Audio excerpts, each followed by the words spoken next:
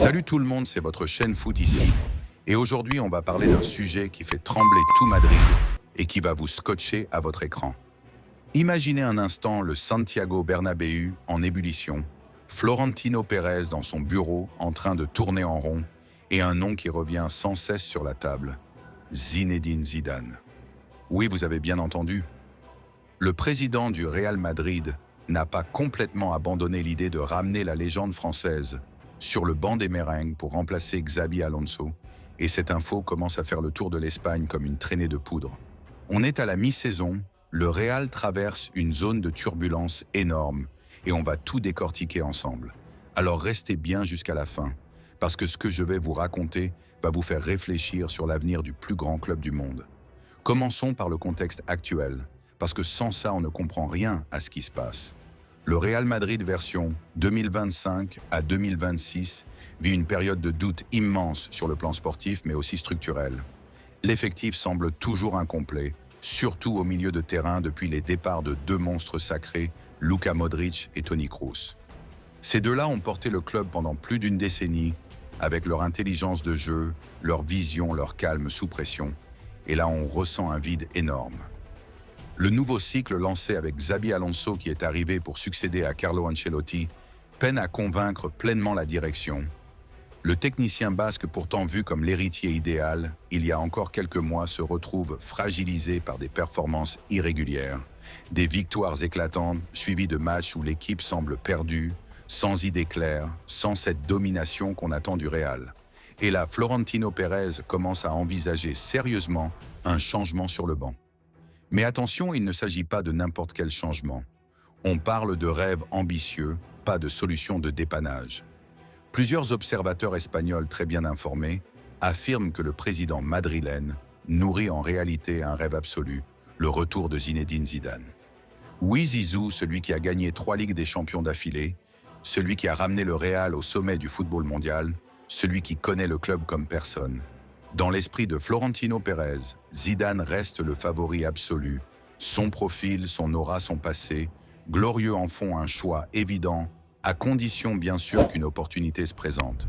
Parce qu'en interne aujourd'hui, Xabi Alonso reste quand même la moins mauvaise option face aux alternatives comme Álvaro Arbeloa ou Santiago Solari.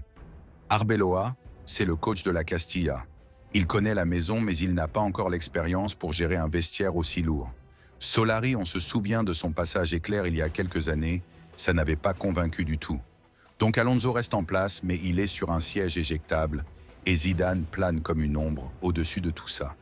Mais est-ce que ce retour est vraiment réaliste? Pour l'instant, beaucoup disent que ça relève de l'utopie, et ils n'ont pas complètement tort. Zidane est pressenti pour succéder à Didier Deschamps à la tête de l'équipe de France après la Coupe du Monde 2026. C'est un projet qui lui tient à cœur, reprendre les Bleus, porter le costume de sélectionneur national, représenter son pays.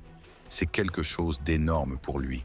Difficile de l'imaginer, abandonner ce rêve pour revenir dans le chaudron du Real Madrid avec toute la pression que ça implique.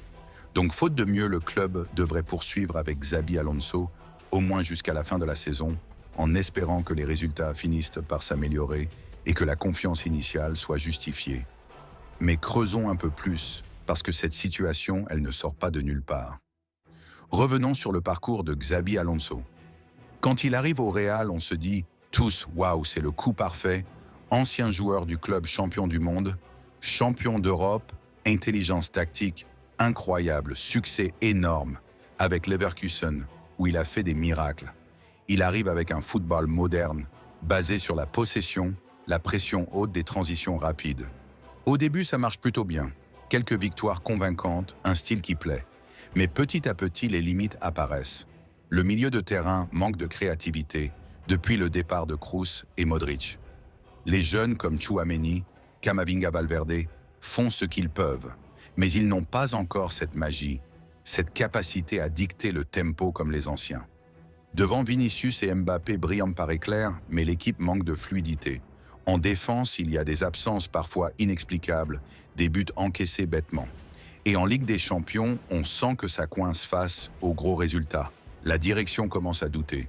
Et Florentino Pérez, lui, il n'aime pas douter longtemps. Il aime les décisions fortes, les coups d'éclat. Et Zidane, c'est le coup d'éclat ultime. Rappelez-vous son premier passage. Il arrive en 2016, en cours de saison, le vestiaire est divisé.